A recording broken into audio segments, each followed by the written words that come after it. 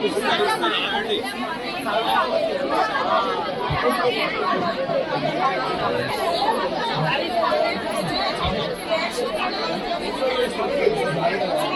రాణాల గురించి మాట్లాడుతున్నామా? ఎంతమంది చేతులు లేపి ఒకసారి కట్టు చూస్తారు. రాణాలు ఎంతమంది ఉన్నారు?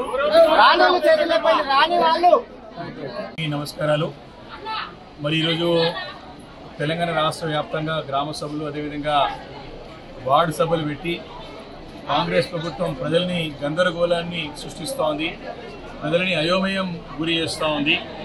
ప్రజలందరూ కూడా తమ తమ సభలకు వెళ్ళి తాము గతంలో ప్రజాపాలన దరఖాస్తు చేసుకున్నాం, గతంలో పెట్టినటువంటి వార్డు సభలలో దరఖాస్తు చేసుకున్నాం, పలు సందర్భాల్లో అనేక మాధ్యమాల ద్వారా మేము దరఖాస్తు చేసుకున్నాం అధికారులకి. కానీ అర్హులైన వారికి ఎవరు కూడా మా పేర్లు ఒక జాబితాలో లేదు. అర్హులు కాని వారికి పేర్లు చాలా మంది ఉన్నాయని చెప్పి ప్రజలు వాపోతూ ఉన్నారు, ప్రజలు ఇబ్బంది పడుతూ ఉన్నారు. ఇన్నిసార్లు దరఖాస్తు చేసుకోవాలని ప్రశ్నిస్తూ ఉన్నారు. ఈరోజు పూర్తిగా ప్రభుత్వము తమకు అనుభవ రాహిత్యాన్ని మరి కనపడే విధంగా మరి తమ కార్యక్రమాలు తమ నిర్ణయాలు తీసుకుని ప్రజల్ని ఇబ్బంది పెట్టే పరంగా తమ ఆలోచన విధాన్ని తెలియజేస్తూ ఉన్నారు. ఈరోజు ఇందిరమ్మ ఇండ్లు అని చెప్తా ఉన్నారు. మరి 3 సార్లు దరఖాస్తు చేసుకున్నాం, అర్హులైన వారి పేర్లు లేవు, అర్హత లేని వారి పేర్లు ఉన్నాయి, మేము మళ్ళీ ఎన్నిసార్లు దరఖాస్తు చేసుకోవాలి, ఎన్నిసార్లు తిరగాలని చెప్పి ప్రజలు ఈరోజు ప్రశ్నిస్తూ ఉన్నారు. దీనికి సమాధానం చెప్పాల్సిన అవసరం ఈరోజు ముఖ్యమంత్రి గారి పైన ప్రభుత్వం పైన ఉందని చెప్పి ఈ సందర్భంగా నేను మనవి చేస్తూ ఉన్నాను.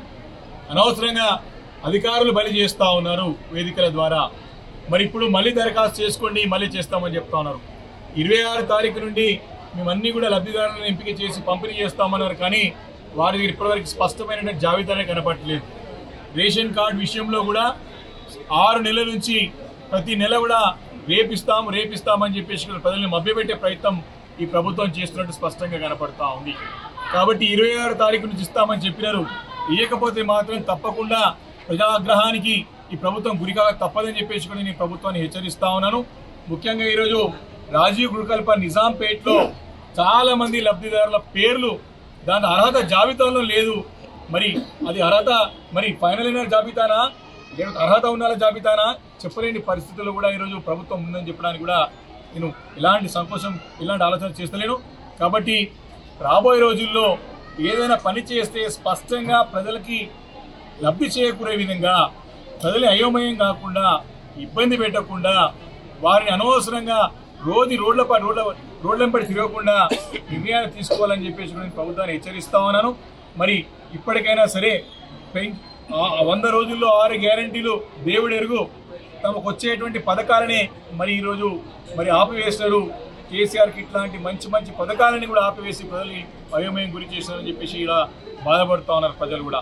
కాబట్టి ఒకటే నేను ఈ సందర్భంగా నేను మనవి చేస్తా ఉన్నాను, ఈ 4 రోజుల ఈ గ్రామ సభల ద్వారా వార్డు సభల ద్వారా ప్రజలని మరొకసారి రోడ్లపైన తీర్చి వాళ్ళకు ఇబ్బంది పెట్టే విధంగా, వారికి అయోమయం గురి చేసే విధంగా, వారు ఆందోళన చెందే విధంగా, వారు ఇబ్బంది పడే విధంగా మరి తీసుకున్న నిర్ణయాన్ని తప్పుపడతా ఉన్నాం.